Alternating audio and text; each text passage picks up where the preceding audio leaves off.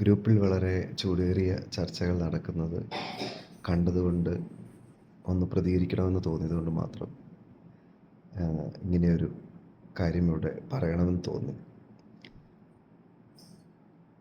Kandanad east ഭദ്രാസനത്തിൻ്റെ ചരിത്രം എടുത്താൽ അത് എന്നും സമാധാനത്തിനും ഐക്യത്തിനും ഒക്കെ വേണ്ടി നിലകൊണ്ട ഒരു ഭദ്രാസനമാണ്.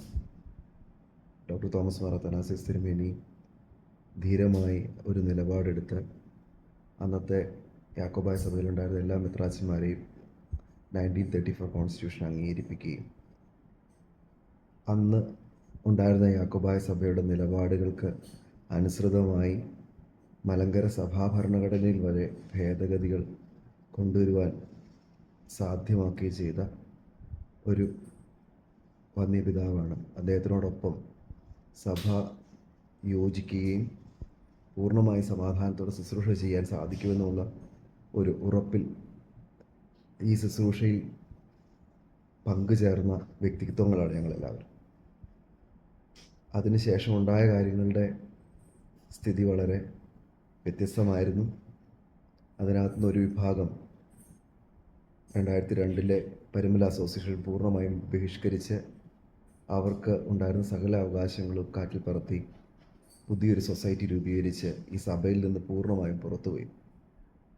അങ്ങനെ പോയ ഒരു കൂട്ടം ആളുകളുടെ മർദ്ദനത്തിന് നിരന്തരം വിധേയരാക്കുന്ന ഒരാണ് ഞങ്ങൾ.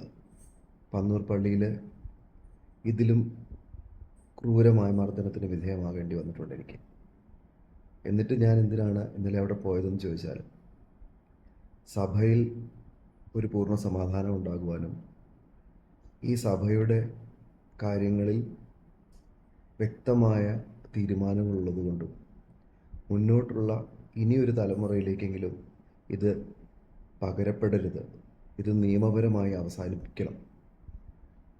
ഞാൻ അനുഭവിച്ചൊരു യാതന ഇനി വരുന്ന ഒരു തലമുറയിലുള്ള അച്ഛന്മാരോ വിശ്വാസികളോ ഇതിനകത്ത് ഏറ്റെടുക്കേണ്ടി വരരുത് എന്നുള്ള ഒക്കെ, അത് സ്വാർത്ഥതയാണോ എന്ന് ചോദിച്ചാൽ എനിക്കറിയില്ല. അതുപോലുള്ള കാരണങ്ങൾ കൊണ്ടാണ് ഇതിനകത്ത് പോകേണ്ടി വരുന്നത്.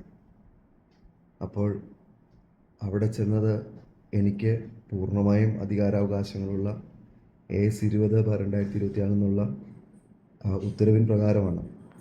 അവിടെ എന്നോട് കുസ്തി പിടിച്ച അച്ഛന് പൂർണ്ണമായ നിരോധനവും ആ നിൽക്കുന്ന ശുശ്രൂഷകരുടെ കുപ്പായിട്ടവർക്കും ഈ കോടതി കൽപ്പിച്ച നിരോധനമുള്ളതാണ്. അവരാണ് നമ്മളെ ആക്രമിക്കുന്നത്. ഇതൊരു നിയമവാഴ്ചയുള്ള ഒരു നാടാണെന്നുള്ള ഒരു വിശ്വാസത്തിലാണ് നമ്മൾ പോകുന്നത്.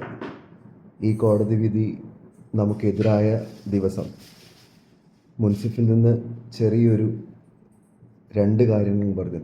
അത്തനാസിസ് തിരുമേനി തൻ്റെ കൽപ്പന പ്രൂവ് ചെയ്യാൻ സാധിച്ചിട്ടില്ല എന്നും പള്ളി കക്ഷിയല്ല എന്നും പറഞ്ഞ് തള്ളിയപ്പോൾ, ആ തള്ളി ഉത്തരവുണ്ടാകുന്നതിൻ്റെ തലേ ദിവസം ഇടിച്ചു കയറി ഈ പള്ളിക്കകത്ത് ബലമായി പ്രവേശിച്ച അച്ഛനാണ് ഇന്നലെ നിയമപരമായി ചെന്ന് പള്ളിയിൽ ആരാധന അർപ്പിക്കാൻ വന്ന എന്നെ അവിടെ തടസ്സപ്പെടുത്തുന്നതായിട്ട് നിങ്ങൾ കാണുന്നത്. അപ്പോൾ ഒരു പൗരൻ എന്ന നിലയിലും ഒരു വിശ്വാസി എന്ന നിലയിലും ഒരു വൈദ്യൻ എന്ന നിലയിലും ഞാൻ ചെയ്യുന്ന കാര്യത്തിൽ പൂർണ്ണമായ സത്യമുണ്ടെന്നുള്ളൊരു ബോധ്യത്തിലാണ് ഞാൻ ചെയ്യുന്നത്. അബദ്ധമായി പോയെന്ന് നിങ്ങൾ പറയുമ്പോൾ അതിനകത്ത് എനിക്ക് അതിനെക്കുറിച്ച് വിലയിരുത്താനാവില്ല. നിങ്ങൾക്ക് വിലയിരുത്താം. എല്ലാവർക്കും അവരവരുടേതായ സ്വാതന്ത്ര്യവും ഇതുകൊണ്ട്. പക്ഷേ ഈ മലങ്കര സഭയിലെ ശാശ്വതമായൊരു സമാധാനം എന്ന് പറയുന്നത് നിയമപരമായി കോടതി വിധികൾ അംഗീകരിക്കുകയും അത് കൃത്യമായി നടപ്പാക്കപ്പെടുമ്പോൾ മാത്രമാണ് നടക്കുക എന്നുള്ളത് എൻ്റെ പ്രിയ സഹോദരങ്ങളായ വിശ്വാസികൾ അറിഞ്ഞിരിക്കണം. ഞാൻ ഓരോരുത്തരെയും പേരെടുത്ത് പറയുന്നില്ല, പക്ഷെ പലരും ഇതിനത് പരാമർശിക്കുന്നത് ഞങ്ങളിവിടെ അനുഭവിക്കുന്ന പ്രയാസങ്ങളെ കാണാതെയാണ് എന്നുള്ളത് നിർഭാഗ്യകരമാണ്. Thank you all.